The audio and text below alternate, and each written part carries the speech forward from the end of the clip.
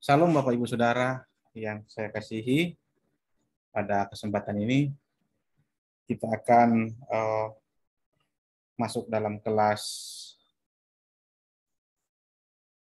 Teologi Perjanjian Lama 1. Nah, sebelum masuk dalam kelas kita berdoa dulu dan saya akan pimpin dalam doa. Mari kita berdoa. Kami mengucap syukur Tuhan buat kesempatan ini kami bisa belajar bersama. Sebelum kami belajar atau proses belajar mengajar kami dimulai, biar Roh Kudus-Mu menuntun setiap kami, sehingga apa yang kami pelajari bukan hanya sekedar memenuhi knowledge kami atau pengetahuan kami, tapi terlebih kami memetik setiap pembelajaran yang ada, kami diberkati, iman kami bertumbuh. Berkati setiap kami kelas ini sampai selesai. Tuhan Yesus memberkati. Dalam nama Yesus, haleluya, amin. Sebelum memasuki kelas atau penjelasan hari ini, saya terlebih dahulu akan memperkenalkan diri saya kepada teman-teman semua yang ada dalam kelas ini. Nama saya Erik Sesue, saya berasal dari Kepulauan Talaut, itu daerah Sulawesi Utara, tapi dari Manado, itu dia akan menyeberang lagi naik kapal sekitar 1 malam, nah, itu daerah saya. Lebih dekat ke Filipina dibanding ke Manado. Dan kalau saudara lihat kulit saya gelap begini, ya karena saya memang dari kepulauan ya. Beda dengan orang Minahasa yang notabene-nya saudara-saudara lihat kulitnya lebih cerah atau terang. Saya agak gelap, ya kan. Nah, saya sudah menikah dan sudah memiliki anak. Satu anak saya namanya Beryl Jatniel Ansel, dan sekarang usianya sudah berumur 6 tahun ya.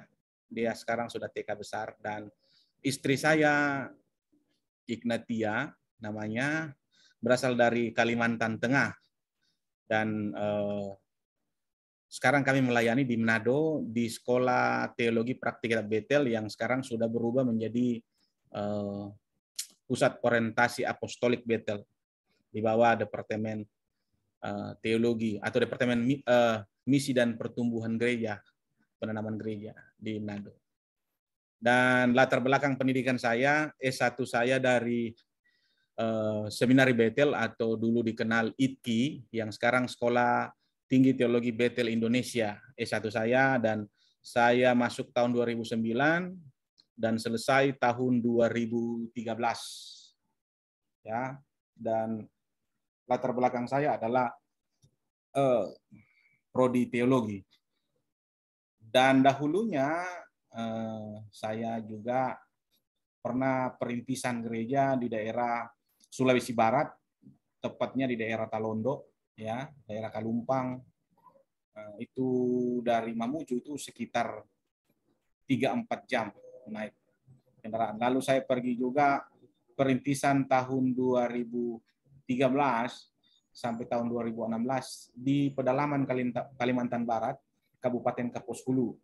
Saya pernah pengembelaan di sana, perintisan, dan memulai pelayanan. Dan pada akhirnya saya ke Manado di akhir tahun 2016, dan 2017 saya melanjutkan studi saya S2 di STTI, Sekolah Tinggi Teologi Injili Manado, yang bertempat di Teli, itu 1 semester. Dan kemudian saya melanjutkan atau transfer atau dipindah saya di Sekolah Teologi Sekolah Tinggi Agama Kristen Lentera Bangsa, maksud saya, yang ada di Manado. Dan saya sekarang juga terlibat sebagai dosen di STAK LB, mengajar ya. Dan itu saja menjadi pendahuluan kelas kita atau sebagai awal perkenalan kita. Kalaupun ada dari teman-teman semua atau Bapak Ibu yang penasaran dengan saya, bisa kita komunikasi di lain kesempatan. Sekarang saya melayani di Gereja Betel Indonesia dan membantu di salah satu gereja. Itu saja yang jadi perkenalan singkat kita. Ya. Istri saya juga lulusan dari Sekolah Tinggi Teologi Bethel Indonesia yang ada di Petamburan, dan sekarang kami berdua melayani sama-sama di Manado. Oke, Bapak Ibu Saudara, saya akan menjelaskan aturan main ya di dalam mata kuliah Teologi Perjanjian Lama. Sebelum kita berjalan jauh ya, melangkah lebih jauh, kita terlebih dahulu mengetahui cara-cara atau bagaimana aturan main ya di dalam mata kuliah Teologi Perjanjian Lama. Sebelum kita masuk ke dalam materi, saya akan memperkenalkan Teologi Perjanjian Lama ini masuk di dalam kategori teologi biblika dan memiliki bobot SKS sebanyak 2 SKS ya. Dan mata kuliah ini tujuannya adalah mengembangkan sikap spiritualitas ya Pentakosta, bertanggung jawab, berintegrasi sesuai norma dan etika, mengembangkan sikap jujur ya dan mengerjakan tugas. Jadi tidak boleh ada tipu-tipu ya di kelas ini. Menjelaskan konsep kerajaan Allah di dalam tema-tema kitab Taurat dan sejarah, menemukan benang merah konsep kerajaan Allah di dalam kitab Taurat dan sejarah. Lalu yang kelima, menerapkan pemikiran logis, kritis, sistematis dan kontekstual ya, konteks berteologi, sistematis dalam konteks berteologi.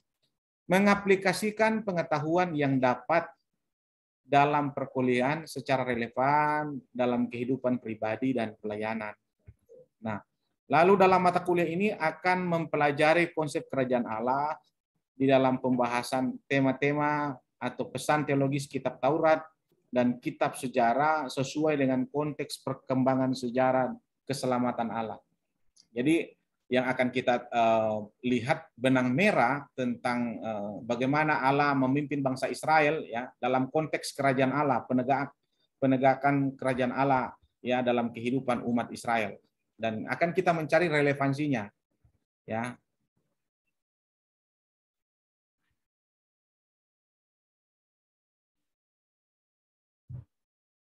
Kita akan melihat konsep ya kerajaan Allah dalam kitab Kejadian sampai Ulangan ya, kitab Taurat atau kitab Torah, lalu melihat konsep kerajaan Allah dalam kitab sejarah Yosua sampai Ester.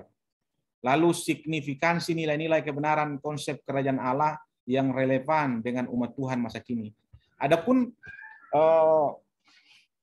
mata kuliah yang daftar pustaka buku-buku yang kita pakai itu William Dearness, ya Howard David, Kaiser, Walton, Wolf Heber, Roy Besak ya. Seperti ini kita akan banyak memakai Roy Besak, ya, Brookman ya, Walter ya. Nah, media pembelajaran yang akan kita pakai Zoom meeting, YouTube, Google Class ya, perangkat-perangkatnya seperti laptop, handphonenya, dan ini teman-teman semua di dalam kelas ini tidak mungkin tidak ada ini ya. Syarat mata kuliah untuk bisa kuliah di dalam Teologi Perjanjian Lama 1 ini, itu dia harus sudah lulus pengantar ya Perjanjian Lama atau Perjanjian Lama umum ya, survei Perjanjian Lama, pengantar Perjanjian Lama. Dia harus sudah lulus. Sebab tidak nyambung nanti ketika dia sudah masuk ke tahap teologi. Lalu hermeneutik. Dia harus sudah lulus mata kuliah hermeneutik. Nah, adapun kemampuan akhir yang diharapkan sebagai berikut. Ya, ada bahan kajian materi, penjelasan rencana pembelajaran ya. Metode pembelajaran itu seperti ceramah ya, waktu sampai 100 menit, pengalaman belajar, mahasiswa mendapat gambaran proses pembelajaran selama 1 semester dan pemahaman standar proses ya. Nah, seperti di bawah ini, nanti saya akan bagikan kepada Bapak Ibu Saudara atau kawan-kawan semuanya yang dalam kelas ini, RPS ini, sebagai aturan main kita dalam.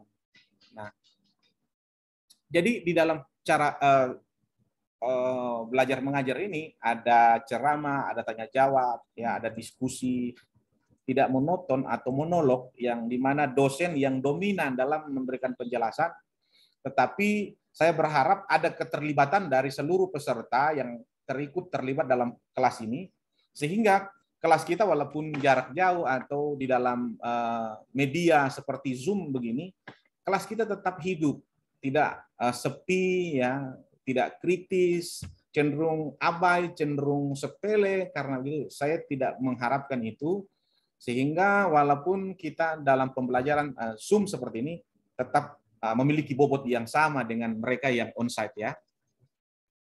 Oke, lalu kita lanjut ya.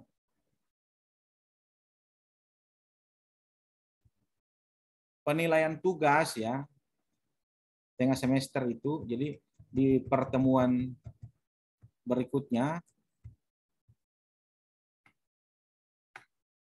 Nah, ini adalah petunjuk pedoman interval penilaian ya.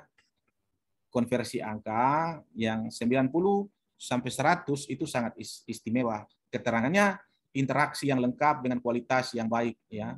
Ini 0,75 B baik, B minus ya. Dan D itu lulus ya. Lanjut kehadiran dan keaktifan dalam pertemuan melalui sinkron dan asinkron itu sebesar 10% ya. Adapun presentasi dari setiap tugas mata kuliah ya, itu sebesar 20%. Presentasi yang dimaksudkan agar mahasiswa dapat yang dibahas ya. Presentasi harus menunjukkan bahwa dia nyontek dari internet lalu dia langsung presentasi dan dia tidak mengerti apa yang dia presentasikan. Nah, presentasi wajib esensial yang dapat menjadi bahan diskusi. Jadi setiap mahasiswa ketika mempresentasikan hasil dari tugasnya, di akhir presentasinya dia harus mengisi atau pertanyaan analisa ya bagi teman-teman, supaya itu teman-teman itu aktif dan berpikir gitu, menganalisa setiap. Lalu presentasi boleh menggunakan PowerPoint dan media lainnya. Lama presentasi maksimal ialah 20 menit. Nah, minimal menggunakan 2 sumber buku e-book, tidak diperbolehkan menggunakan sumber yang nggak boleh ambil comot-comot sembarang ya, karena sumbernya tidak kredibel. Ya, kadang berdasarkan asumsi. Di blog itu kan bukan di dalam blog-blog tertentu memang isinya juga berbobot ya. Tapi bisalah kita sesuaikan itu, ada sumber bukunya, ada footnote-nya, apa yang diambil, boleh. Tapi kalau mengambil di blog lalu tidak memiliki sumber yang jelas, lalu UTS ya, ujian tengah semester itu 20% proyek mini, penelitian lapangan ya. Contoh terlampir tugas dikumpulkan pada pertemuan itu, dia akan mengumpulkan laporan proyek mini, penelitian besar juga. Lalu tugas membaca buku utama, teman-teman semua ya. Tugas mingguan membuat laporan berikut ya, jawaban serta refleksi. Jadi setiap akhir dari kelas itu setiap peserta harus membuat refleksi ya. Refleksikan dari pembelajaran selama berapa jam itu. Ya, umpamanya teologi PL, umpamanya kita membahas tentang kitab Kejadian. Nah, di dalam refleksi itu, saudara itu diberkati apa-apa aja yang saudara dibukakan ya, pemahaman saudara. Yang tadi ini saudara mengerti. Nah, refleksinya tidak usah memakai bahasa-bahasa yang baku, tapi ya dia minimal 3 paragraf. Ya, harus dibuat seperti itu. Grup WA. Nah, setiap refleksi itu nanti dikirimkan lewat grup WA. Tugas mingguannya supaya mahasiswa terlatih merangkum pemikirannya dengan singkat, padat, kritis. Tugas dikumpulkan pada pertemuan ke-9 ya, Kitab Taurat, dan pertemuan 30%. Nah, adapun materi-materi yang akan kita presentasikan dari sekarang, nanti kita akan membagi sebanyak 9 kelompok ya. kitab Keluaran, kitab Imamat, kitab Bilangan, Ulangan, kitab Yosua, Hakim-hakim, Rut, ya, sampai kitab Esther.